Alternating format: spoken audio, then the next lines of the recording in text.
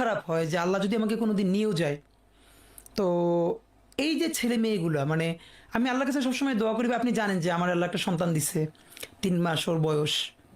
আমার বাচ্চাটা তো আমি 3 মাসে 30 মিনিটও কুলে নিতে পারি নাই। তো আমার ওয়াইফ খুব মাঝে মধ্যে আর কি মজা করে বাচ্চারে বলে যে ইনকিলাব মঞ্চের মুখপাত্র তোমার সাথে দেখা করতে আসছে।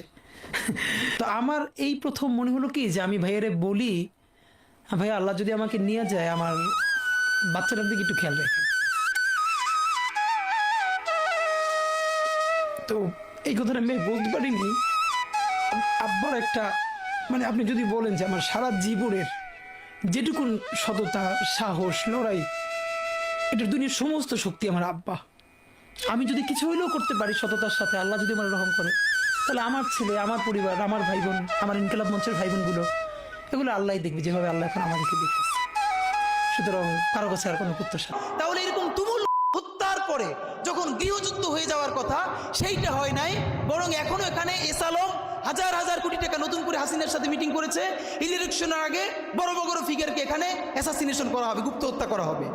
পুরো এখানে ভারতীয় আধিপত্যবাদ এখানে সব থেকে বেশি অ্যাক্টিভ আছে। এখানে আওয়ামী লীগের হাজার হাজার কোটি টাকা, তার সচিবরা, তার পুলিশরা, তার পান্ডারা সব রয়ে গেছে। ছেলেটা শুনতেছে যে আমি এসছি, ও কোরআনের হাফেজ, মনে হয় 21 না 22 বছরের, 2 চোখ চিরতরে হারাই গেছে, আলো ফিরবে না। তো আমার কাঁধে হাত রেখে বললো কি যে হাদি ভাই আমারে সপ্তাহখানেকের জন্য আমার একটা চোখে একটু আলো ফিরিয়ে দেওয়া যায়।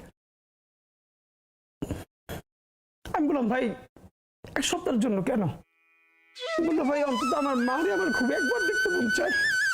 আমার মা আমাকে অনেক নিষেধ করছিল অন্তরণে যাইতে, আমি ফিরে আসার সময় মারে দেখি নাই। আমার একটাবার মন চায় আমার মারে দেখি। তো যারা হাজার হাজার কোটি টাকা পাচার করে বিদেশ চলে গেছে, অফেন্সিভ লাগে না? তো এই যে আমাদেরকে বারবার জিজ্ঞেস করে আপনারা তো গালিগালাজ করেন কেন, তা আমি বললাম তাহলে আপনাদের কি মনে হয় প্রচুর চুমা দিলে হাসিনা নাইমে যেত, প্রচুর রবীন্দ্রসঙ্গীত গাইয়া? তা আপনারা তো প্রচুর রবীন্দ্রসঙ্গীত গাইয়া মাথা দুলাই দুলাই প্রতিবাদ করছেন, হাসিনার গণহত্যার থামাইছেন না কোনটা করছেন? তারা এই করা ছাড়া তারা আমরা কি করছি? আমাদের যেই বাচ্চারা গালি দিয়ে হাসিনার নামাইতে পারছে, ওইটা গালি না, ওইটাই মুক্তির মহাকাব্য।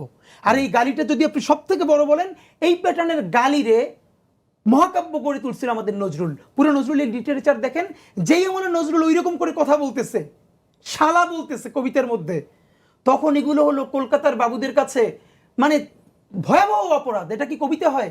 নজরুলের কবিতা দীর্ঘদিন পর্যন্ত ছাপা হয় নাই শুধু এই অপরাধে তার।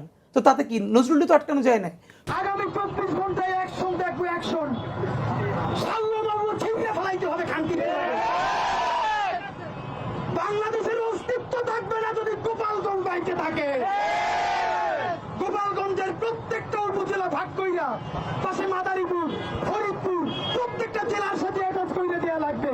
আমি সঞ্চয়, আমি ঘূর্ণি, আমি পথ সম্মুখে যাহা পাই যাই চূর্ণি, আমি নিত্য পাগল ছন্দ, আমি আপনার তালে নেচে যাই, আমি মুক্ত জীবন আনন্দ, আমি হাম্বি, আমি ছায়ানট, আমি হিন্দল, আমি চলো চঞ্চল টমকি চমকি, পথ যেতে যেতে চকিতে চমকি, আমি তিনদল, আমি চপলা চপল হিন্দল, আমি তাই করি ভাই যখন চাহে মন যা, করি শত্রুর সাথে গলাগলি, করি মৃত্যুর সাথে পাঞ্জা, আমি উন্মাদ, আমি ঝঞ্ঝা, আমি ভিতিয়ে ধরিত্রীর বলবীর চির উন্নত মানুষের।